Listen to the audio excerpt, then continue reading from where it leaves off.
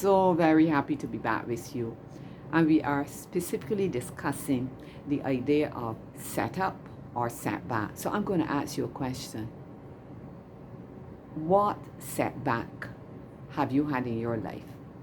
Is there anything that happened that you saw as a setback? Well, for myself, I can honestly say that I have had no setbacks in life.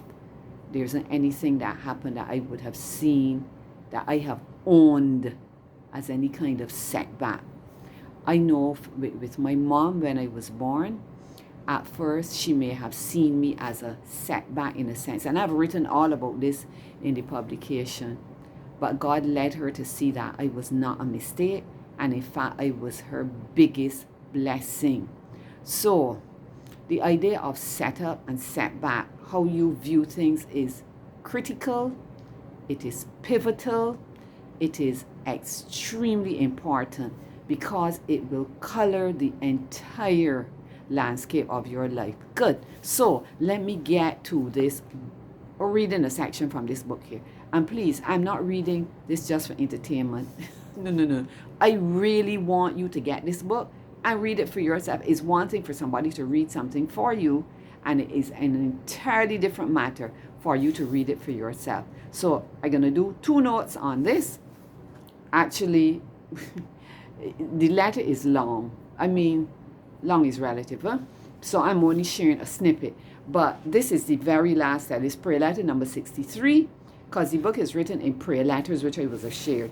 And this one is, I entitled it Setup or Setback. So what I did, and the lead texts are Jeremiah 29:11. For I know the thoughts I think toward you, saith Jehovah, thoughts of peace and not of evil, to give you in your latter end a hope. And the other one is Job 42:12. The Lord blessed the latter part of Job's life more than the former part. So there's an interesting letter. I thought it was done, and then the idea came to do this one, and I've done it in the form of an interview. So let me read what I had written to the readers. Dear readers, we've truly come to the last of the denouement letters. Indeed, there have been quite a few last letters. And this one is for real, and it really real, and will take the form of an interview. My PA, personal assistant, Holy Spirit, suggested that approach to me. I will be wearing 2 hats then. I will be the interviewer and the interviewee. This format lends itself to me being very conversational. I trust that you can draw up a chair, relax, and enjoy the tete-a-tete. So that's what we're doing now. So have you drawn up your chair? I would figure so.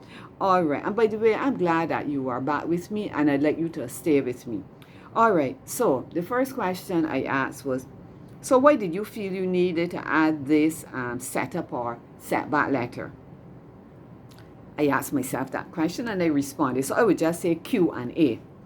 When it comes to deep spiritual experiences, you can never exhaust the water in the spiritual well God has dug out for you. The idea of setup and the setback is one that needs to be addressed more directly. Possibly, there are some people who may not be able to distinguish between the two. We often talk about bad things happening to good people. If someone thinks that he's a good person and a bad thing has happened to him, it will negatively color his perception of the event, and consequently his response. There are some who may need this information in this letter so that when their crucible time comes, they will have a winning perspective. And they're sneaking a glance at my time. It's coming up. So I'm going to pause here, but I'm going to continue reading parts of this letter. And I do hope that as time proceeds, you'll be impressed to get the publication and read for yourself. So God bless you as we end our book talk right here